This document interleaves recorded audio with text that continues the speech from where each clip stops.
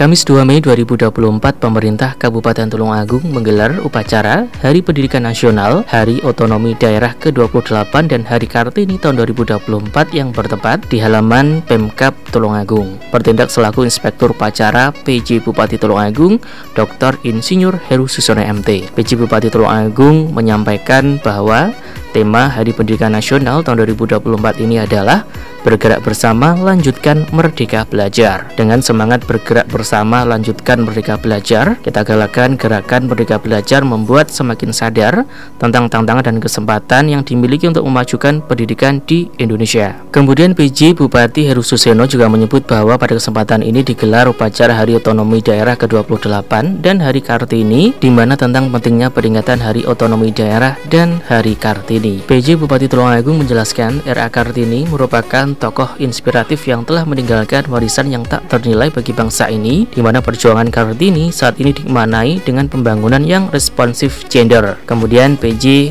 Heru Susono juga mengungkapkan bahwa peringatan Hari Otonomi Daerah ke-28 dengan mengusung tema otonomi daerah berkelanjutan menuju ekonomi hijau dan lingkungan sehat berarti memperkokoh komitmen, tanggung jawab dan kesadaran seluruh jajaran pemerintah daerah akan amanah serta tugas untuk membangun keberlanjutan dalam pengelolaan sumber daya alam dan lingkungan hidup. Di akhir rangkaian acara dilanjutkan dengan penyerahan penghargaan lomba kepada guru dan sekolah yang berprestasi serta santunan jaminan kematian bagi peserta penerima upah tenaga pendidik non-PNS SD oleh PJ Bupati Tulungagung.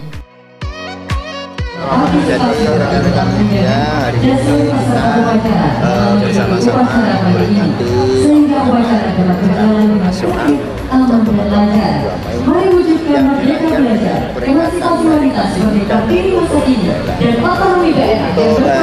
Pendidikan Nasional.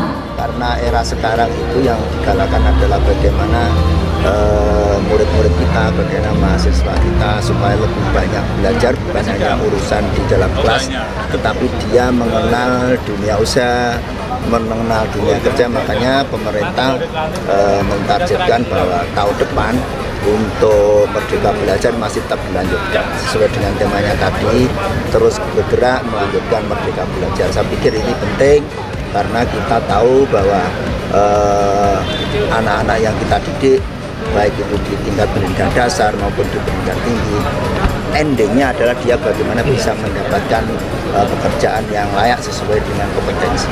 Konsep Merdeka Belajar itu apa sih? Konsep Merdeka Belajar, jadi mereka lebih dikenalkan dengan urusan pekerjaan, urusan dunia usaha, artinya dia mulai dikenalkan proses pendidikan.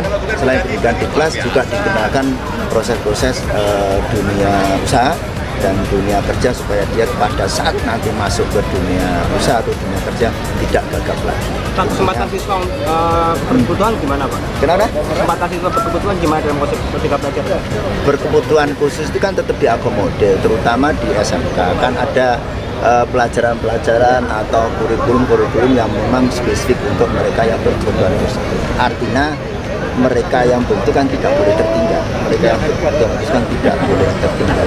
Kemudian berikutnya yang terkait dengan otonomi daerah. Otonomi daerah kalau kita maknai maka bagaimana sumber daya yang dimiliki oleh masing-masing daerah bisa dimanfaatkan sebaik-baiknya. Tentunya kita mengenal bahwa pembangunan harus berkelanjutan, karena kita harus ingat bahwa generasi berikutnya itu masih ada. Oleh karena itu pembangunan harus tentu melibatkan bagaimana lingkungan tetap terpelihara. Kemudian terkait dengan pelatihan Ajeng Kartini bahwa Kabupaten Tulungagung tetap berkomitmen bagaimana mensetarakan antara kepentingan perempuan dan laki-laki. Dan itu sudah kita buktikan bahwa dalam 8 tahun terakhir ini kita mendapat penghargaan. Para IKA itu adalah salah satu penghargaan untuk mengetahui bagaimana kesetaraan antara perempuan dan laki-laki yang kita namakan indeks pengaruh utama.